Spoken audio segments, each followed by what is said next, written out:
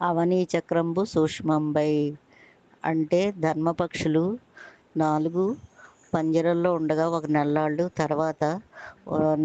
తర్వాత పెద్దయి అయిపోయి ఆ పంజరాన్ని బద్దలు కొట్టుకుని బయటికి వచ్చి ఆకాశంలోకి రివ్వున ఎగిరిపోయి సూర్యుణ్ణి సూర్యమండలాన్ని దాటి పైలోకాలకు వెళ్ళినాయి.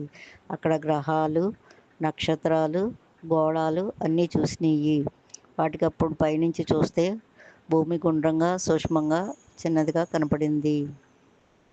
మన మహర్షులు ఈ వ్యాస మహర్షి మార్కండేయ పురాణంలో ఈ అవనీ చక్రంబు సూక్ష్మ సూక్ష్మంబై అని రాశారు. అంటే భూమి గుండ్రంగా ఉందని ఆయన ఎప్పుడో చెప్పారు.